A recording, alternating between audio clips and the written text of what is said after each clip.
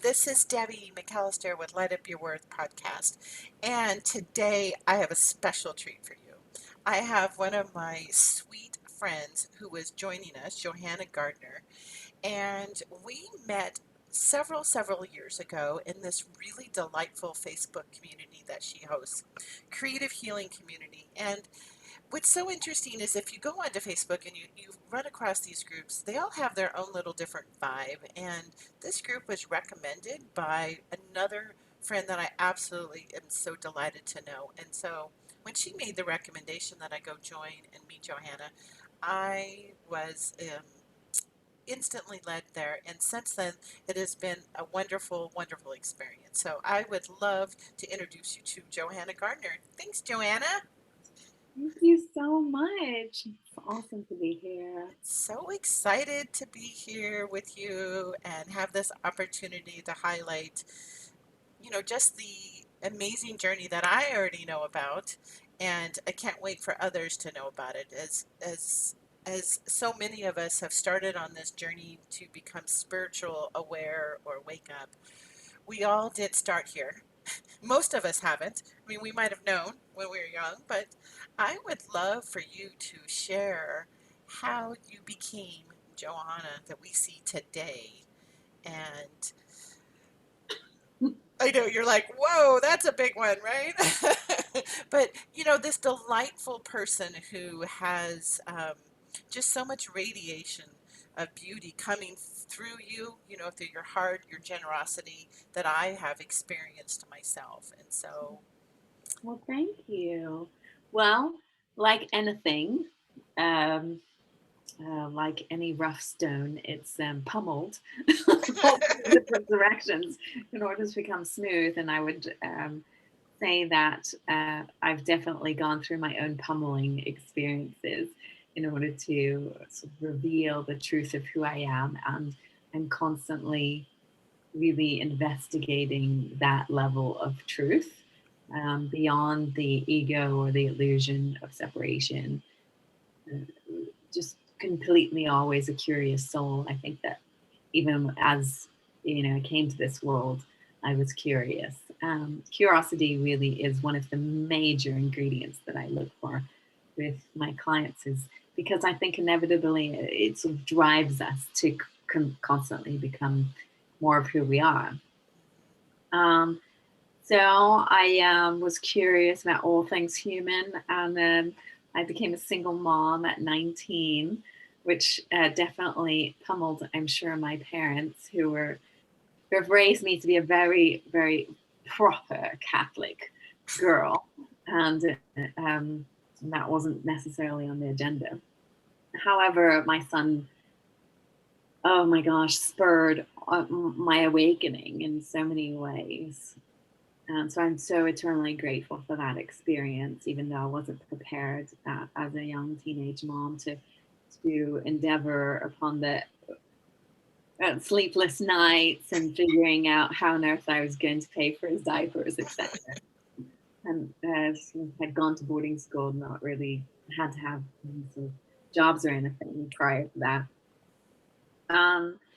And from that uh, yearning to provide him a really good lifestyle, I really wanted to have this sort of maybe erroneous or crazy want and wish to be a millionaire. And I wanted to really provide him with this amazing life. So that was kind of the precipice to go into. I had a job just to pay the bills. I worked at Boeing for 10 years as a web developer in the early 90s. So I was really on the precipice of the change of technology and how that's really infiltrated our world. So I got to get that experience, but again, it was sort of in the back of my mind. I really wanted to become this millionaire. How was I going to make this happen?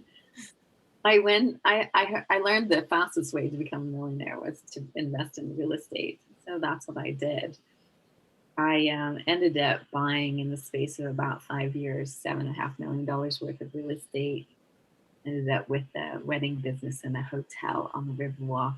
including 97 mortgage payments that I became responsible for. So this whole crazy journey then led me to, looking for the happiness check, right? In what I was doing, and I found a lot of emptiness, even though I had incredible, this net worth and this, fancy cars and houses and little stuff. It just wasn't fulfilling. It was very based on a very dramatic past of wanting to do and accumulate, and I was very really good at the doing, but I wasn't very good at the being. So I had kind of like behind the scenes an awakening. I became a Reiki master. I had had an car accident, and it had mm, encouraged me to go and work with this Reiki master. She was an artist, and so I think I got sort of activated then. I did teach Reiki classes during that period of time, but it really wasn't necessarily like, even I'm an artist, I'm internationally recognized. I have my paintings and published and been in many shows, but it was something else that I felt like I was supposed to do. So I sort of pushed that aside and ended up in this really kind of on my knees going, what on earth have I done? I've created this kind of nightmare of business that I can't necessarily seem to find my way out of. When you own a hotel, it's 24/7, 365 days a year. And I owned it for 8 years. And so, how the universe works, be careful with what you wish for. And in 2008 hit the United States, and I was holding the bag on a $3.5 million deal that didn't go very well. So throughout, attorneys and CPAs and all this other stuff, because my real estate was sort of crumbling at the seams, it became evident that I was going to have to go bankrupt. And through that experience, obviously, there was a lot of other things simultaneously that happened. Within the space of 6 months, my mother-in-law, who'd lived with us for 3 years, she'd managed the hotel. Her daughter was diagnosed with stage 4 lung cancer, and I really wanted her to go and take care of her daughter, but we didn't have any money, and so she's really afraid. And so I said, I think it's time to go. And unfortunately, that was the last conversation I had with her, because she took her own life. And then 4 months later, my sister-in-law died of lung cancer. And the same weekend, my beautiful son graduated from high school, and we went bankrupt.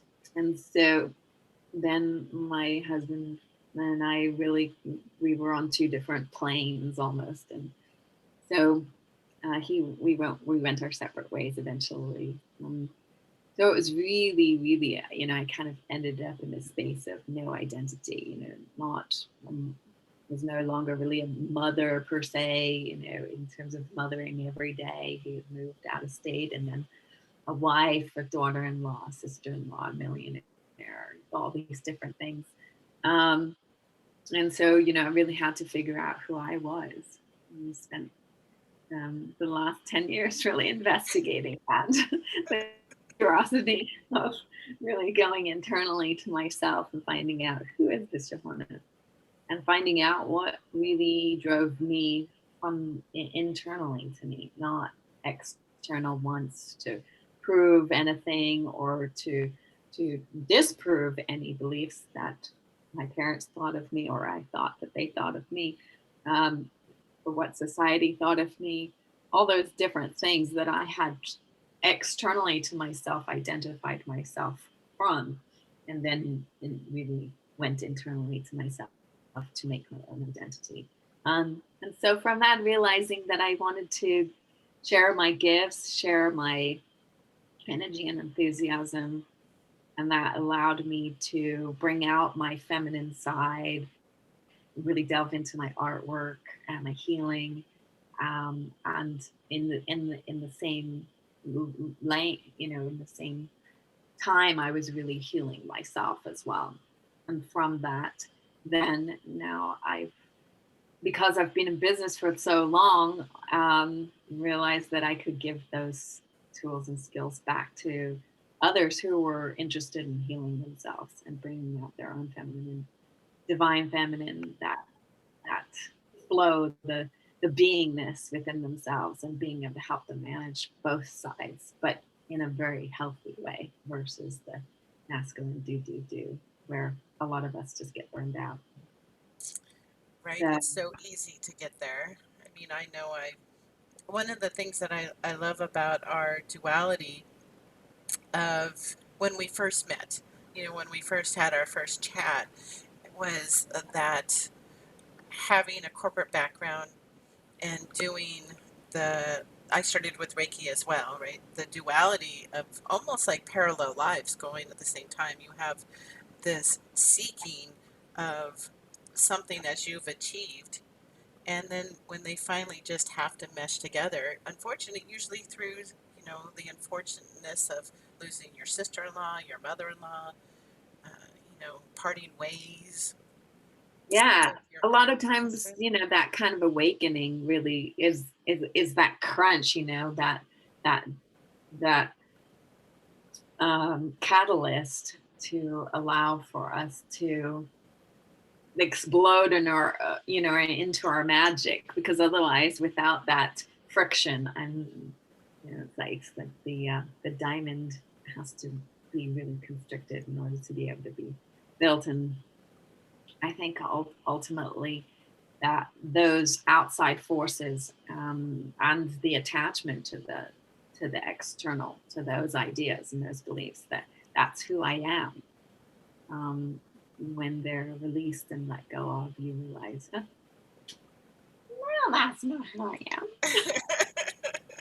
This is who you thought I was, but this is really me being me. And as I'm not sure if I had shared, but last year is when I had dabbled in coming out of the spiritual closet, and then everything shut down, and I went in and worked through some life, and now I've really stepped pretty loudly out and am doing that blending myself, where you are, so much farther ahead of me.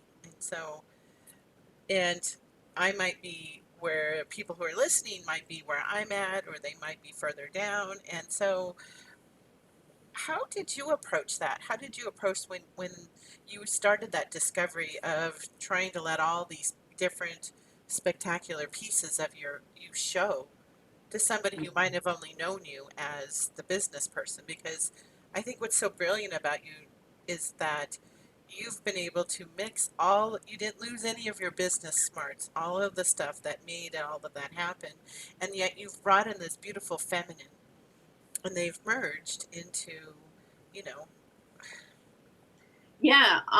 Well, it was out of survival, because I realized that physically I wasn't going to, my health was deteriorating, or had been deteriorating.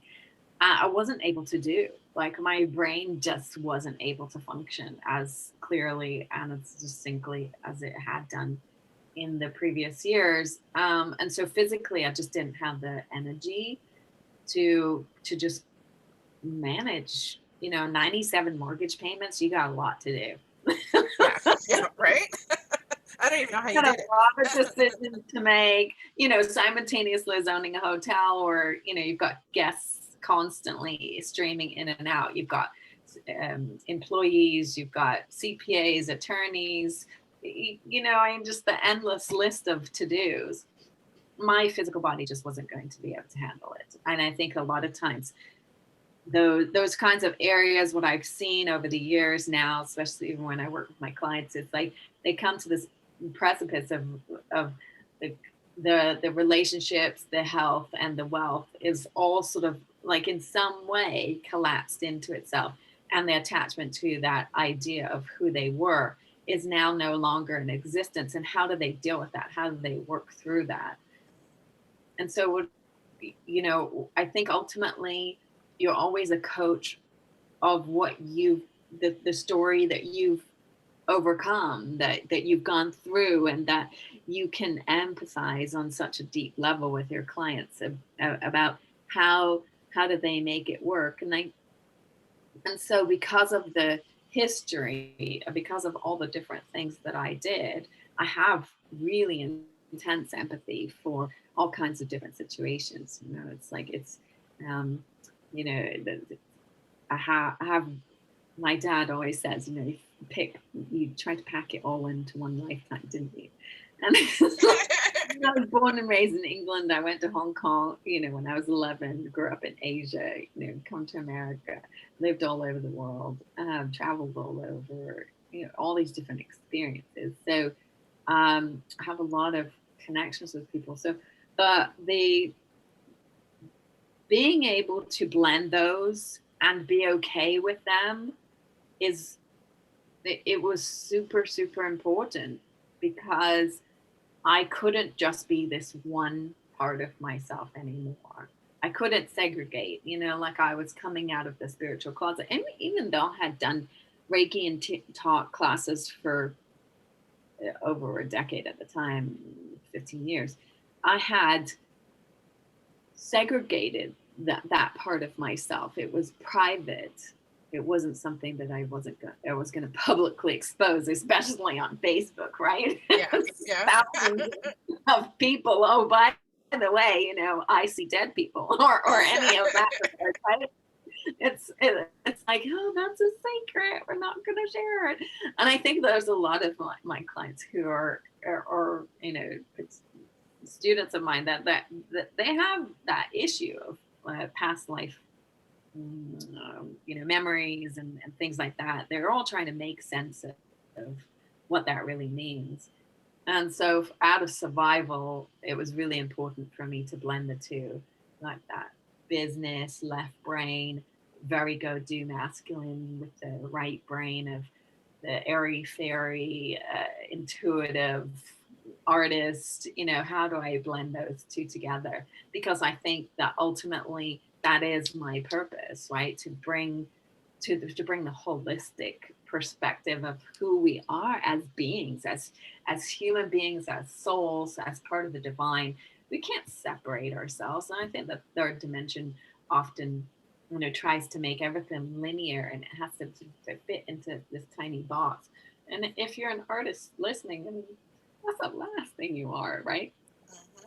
You're creative. You're constantly thinking outside of the box. You're constantly, well, not everybody does, but a lot of entrepreneurs and creative people, they're constantly going, oh, well, that's already been done. How can I make it better? Or how can I make it different? Or how can I, add a bow around it? And they've got that curiosity. Um, so being able to encourage people to be the fullness of who they are, I think that's really where the happiness is, for me anyway. It's so satisfying and so incredibly fulfilling to be all of me. And I can't say that I'm all of me in every area. There are some people in my world where we just don't share all Yeah. the psychic stuff, because it makes them uncomfortable. So, you don't necessarily evangelize all the, because there's not a necessary advantage the to acknowledge that I can see people intuitively, and I can see their truth, I can see their energy. I don't necessarily go around with all my intuitive glasses going, oh, I can see you, but if asked, I can see your truth. And that's just a gift that I've been able to be comfortable with. And a lot of times people aren't. So, I was um, on a call. I was on a more of a business call, and they know a little bit, right? As I've expanded the circle of who knows about the blending, and I started sharing about I had recently had my two dogs had a reading where they connected with their essence, their souls, right? And and I was doing it because I have my dog reacting to the neighbor's dog. And so I was trying to figure out a new way of like, how do I reach her to understand that, you know, we don't want to do this. And so I got this beautiful reading about my dog's souls and everything. And so I go to start sharing it to my one colleague, and he's completely fine, right? He's like, oh, that's so beautiful. His dog's older, getting ready to cross probably this year. And so I offered it as you know, he was open to like, oh, maybe I want to do that while we can still kind of communicate. And there was a guest person who came onto the call, and you could just see their expression on their face, like, I don't know, like, and we're having this moment, like they're thinking, I don't even know what they're thinking, right? And it's not my idea to go into their lane of what they're thinking. I just have to own who I was, and it was open and receptive. And so it's so funny is that more and more people I'm finding versus 10 years ago, 20 years ago, when you start having these conversations, are much more aware, and they're looking for somebody to bring up something that's connecting them to their work. And I'm sure you've seen so many people last year with all their extra time really were awakened. Oh my gosh, in fact, I just did a Facebook Live in my group this morning with Jasmine Ivy, and we connected 4+ years ago. And she shares the story of how she had no vocabulary for the awakening. She had no idea what was happening with her, but she realized that she was heading for depression, and the anxiety, and the identifying problem of she was a corporate person, and then she felt all this intuitive stuff, and was starting to see things and feel things that she didn't know how to articulate any of it with the people that were in her world. And of course, I was online, and she connected to me. She's all almost globbed to me and was like, "You know something? I know. I don't know. Like, I want to find out what it is." And I remember being that way, 25 years ago. It was like I wanted to just go to the psychic fairs and just hang out, because I knew that they knew something that I didn't know, but I wanted to know. And so, absolutely, I think that the awakening of people. I mean, I'm very interested in resonance and the science of the frequencies, and obviously, that's what I spend a lot of time investigating in reference to. We are frequency, we're vibration. Nikola Tesla said, if you want, understand the universe, think of in terms of vibration and frequency. We are made of that, right? We are just tiny little atoms, and they're constantly communicating with each other. We are made of light. And how does that all affect our brain chemistry, our thought processes, our collective energy? How do we all? It's very much part of this weird galactic story that none of us really talk about, but it's way beyond what we consider Earth. And the planetary system is changing its frequency. We have a Schumann resonance 7.8 hertz, and it's escalated exponentially over the last couple of years, especially. So scientifically, we're acknowledging that there's a lot of changes, and that those changes and then affect our biology, because in our chemistry, because I mean, we all know that every day there's tides in and out. The moon, the gravitational pull changes the water. Well, we are made of 70+% water. And so therefore, if the gravitational pull is changed, then our brains, it's the molecular structure are changed, and how we think, and how we work with things. So if you think of it like a bucket of sand, and you shake the bucket of sand, and there's pebbles, then the pebbles come up. And so what's happening frequency and vibrationally to our planet is that we are being shaken. There is a vibratory state where things that were hidden are now being brought up. Like, those pebbles are coming to the surface, and some of them aren't very pretty. So what's happening not only on a collective level, but also on a very individual level, that is what we're experiencing. And so anything that is not in resonance with the love frequency is going to come up through your experience. It's going to come up chemically, it's going to come up emotionally, and so you're either going to do it or try and stuff it, or and that can work for only so long, because inevitably I believe our whole mission and passion on earth is to experience who we are, and to formulate who we are. We have to know what we're not, and we're not fear, and we're not hate, and we're not anger, and we're not shame or any of these lower vibrationally emotional states. We're beautiful, effervescent, divine, amazing beings that have this incredible essence to us. And we're literally, it's kind of like Michelangelo's David, he's just taking off the parts that aren't the David and allowing for that to really show and bring out into the world.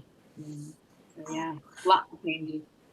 There is, it was in your group that was the first time I had ever had the scientific reference for the vibrations. Um, and so I'll put that in the show notes too for people to go look it up, because you had posted something.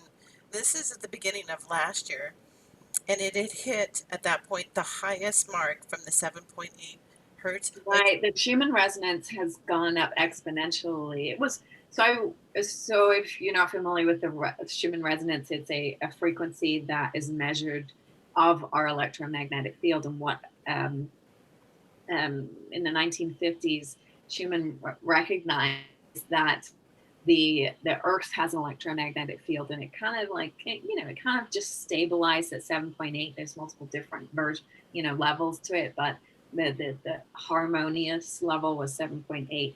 And then he realized that our human electromagnetic field was 7.8. And so when the astronauts went to space, they got sick, and they would have experiences of anxiety, brain fog, depression, fatigue, a lot very similar to our autoimmune diseases that we have here now that are exploding on the planet. Well, the scientific explanation was it was a frequency sickness. So they changed the frequency um, within this spaceship. I wanted to say. Anyway, so they changed the frequency, and the astronauts got well again. And they've done these multiple different scientific studies and realized that the resonance of the frequency of our environment is really, really important. And it's being affected by multiple different things, including technology and all the satellites that are proliferating our Earth's environment. But there's also a different explanation of our evolution. And I think at every 26,000 years, the human or the Earth goes into a completely different cycle. And so intuitively, what I've seen is it's like the sun rising, and you can see it was like really dark before the dawn, and then there's this beautiful sun that's rising onto the earth, and that light is actually then saying goodbye to all the dark. That's the whole changes of what's happening. So the Schumann resonance, I've watched it over the last 3 or 4 years, sometimes daily, until all of a sudden it went to 13, and then it went to 20, and then it went to 25 and 40. And I could actually tell when the Schumann was changing, and I could feel it in my physical body. And at first, when it skyrocketed, when the frequency went up, I felt really sick, and like I was getting really emotional. And then there was a point during the last few years where it kind of just turned over. And now when it goes down, I'm actually not feeling great, because I almost got used to the higher frequencies, right? We're all looking to be higher vibrational and more higher consciousness or whatever. And so of course now it flipped for me, and I don't feel so great when it goes down, but it's gone up to 600 plus. I think I remember that day because we were we were blowing up the group, right? You had posted it and you were like, Yeah, is I mean, anybody else feeling this it's today? And yeah, it's Earth's heartbeat, right? uh-huh, Can you imagine your heartbeat pumping 100 times faster than it normally does? I mean, you'd be exploding. No wonder all of us are exhausted and yeah, right. And having to learn and as I walk through this journey with, the podcast still relatively new, I'm doing a membership that's still relatively getting ready to launch and staying in this feminine and energy has been so vital and even monitoring that and listening and that has been almost counterintuitive to how I was raised, in corporate to get stuff done and so I loved, and we had talked briefly, like when we went to schedule this, you have set up your lifestyle, which I so respect, right? To include that with these boundaries, right? Like allowing allowing the yeah, feminine to have the space. lots of space, right? So I only work on Tuesday, Wednesday, and Thursdays, right? And in work it means I put my makeup on, put my hair on, I like These days, on right? camera, right? But weekends are sacred to me. Only I gave up 8 years plus of weekends. I was doing weddings. I've officiated over 600 weddings.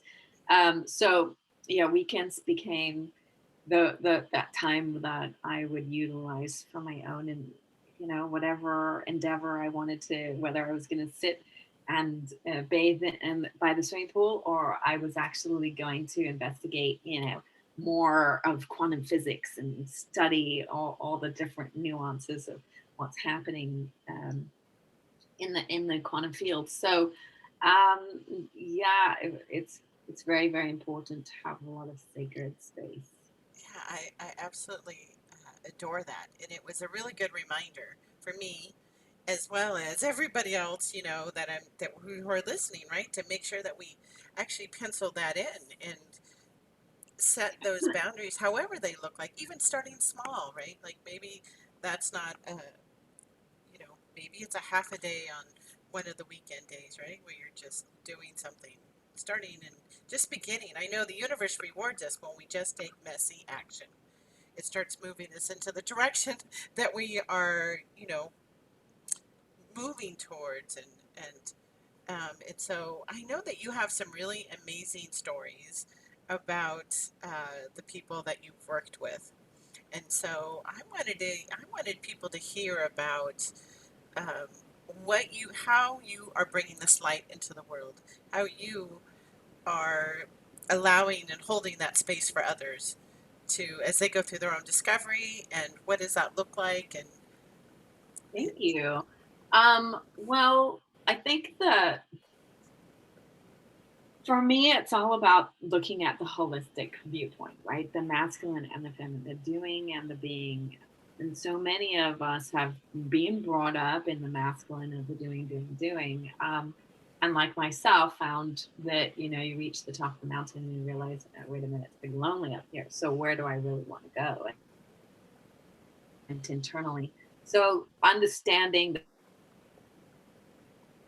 the psychology of the mindset, acknowledging that 95% of our world is run by our subconscious and the perceptions that we have accumulated throughout our years have sort of like been stored back there. And so we have all these crazy biases and crazy belief systems that don't necessarily feed fulfill our wants and wishes. If our conscious mind says we want to be a millionaire, but our subconscious says, hell no, we're not going to be a millionaire, right? Because it comes with all these other things, right? So we have to ask ourselves the questions of what exactly, don't we want from getting that label, right? So if we want to get married, but then it's not happening for us, we want to ask ourselves, well, what is it that I'm afraid of getting by getting this, right? And inevitably that brings up all the junk that's in the background. It's all just running in the programming, and from that, then once we get in there and kind of tweak a few things by either hypnosis and healing and mindset work and I'm constantly navigating my own patterns and beliefs. And so I'm very in tune and very energetically aware, can intuit information from somebody just by reading their name. That's how sensitive and tapped in I am. Uh, so from that, then I can really, like, just by talking to somebody, hear what it is that's hanging them up from success, and then get just quantum leaps in such short period of time. Right, one of my clients, she could, like, she was really suffering, having a hard time, and she wanted to come to my retreat. And so another one of my clients actually gifted her the cost of the retreat because she didn't have enough money for groceries. And throughout the retreat, we just kind of tweaked some things. We did.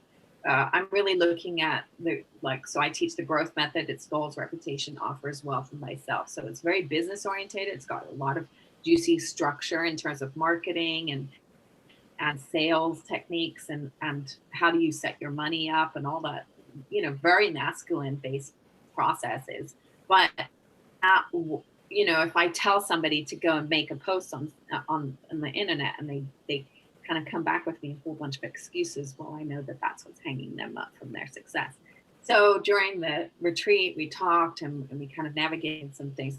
The day after my retreat, she closed a $15,000 contract with a client. And if you go to my YouTube, you can see her testimonial. It's phenomenal. So the change that you go from, it requires a choosing internally to just go, you know what, I'm just willing. I'm so vulnerable. I'm willing to let go of these old patterns, because they inevitably become like teddy bears to little children. It's like, please don't take my teddy bear away, like the Stockholm syndrome. We get used to those things that are making us suffer, and allowing us to let go of them. And we can let go of them in an instant. It's like instantaneous remission from cancer or any kind of disease that is let go in a second is absolutely possible. So in the same way with wealth and health and relationships, it's just literally being able to just feel safe enough to let those things go. So I have so many different. One of my favorites we were talking about earlier was a realtor. I often work in the real estate arena because that's my my my my wheelhouse, and I understand it so well. She was working really hard.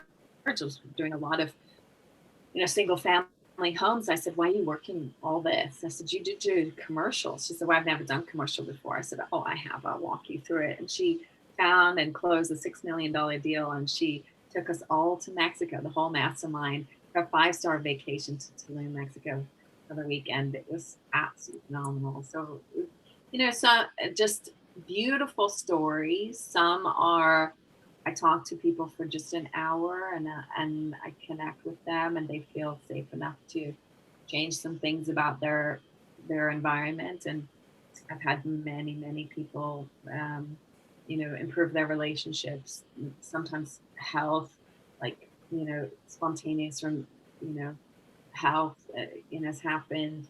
People who had cancer don't have any cancer anymore, like weird, the crazy things over the years.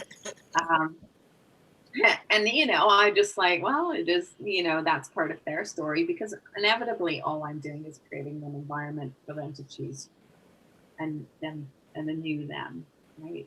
So that's what's really important to me. And I want, what I found was I was doing all these intuitive readings and realized that there was a lot of intuitive healers that needed business skills, that they needed to understand, where their hangups were with sales and marketing and their money stuff. And so that was kind of where I kind of landed, and that's my sweet spot, is really helping those who are ready to come out of the spiritual closet, become a coach like yourself, go Yeah. help and spread the love in the world. And that's what's super important to me, because I can only create so much individually, but if I can download some of my experiences and my expertise, and then share it. Then it can multiply out there in the world. Yeah, I always see this visual of like the earth, like I'm looking down on the earth and I see like these little lights come up. Like all of a sudden you see these lights of Age Myself, when they used to have the grand openings, right? With the big light that would be up and you want your parents to stop in the station wagon to get whatever they're going to give out. And but I can see visually the earth and I see all these little like all of a sudden you'll just see another light pop up. And I Yeah, see it as like look like people, fireflies. yeah, like they're just kind of like waking up and we agreed to come ahead before them, 20 odd years ago when I started on this journey too, and didn't realize that all that tumbling of that stone, as you call it. I love that analogy.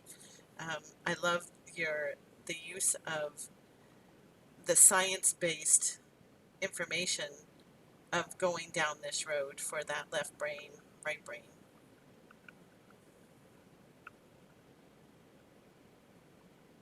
And I think you froze. I know you had internet issues before, so I'm not sure, we might have lost you here, which is so unfortunate. See your beautiful smile. It's froze. Well, I'm gonna wrap it up since we lost her with the internet connection. She had internet issues before we came on, and so I will post Johanna's Gardner's information in the show notes. And her Facebook group is Creative Healing Community. It's just a really beautiful community. And I will also list about where you can go look at the Earth's vibration of the 7.8 that we had talked about. So that was beautiful, and I hope that everybody here has a great day, and we will connect with you soon.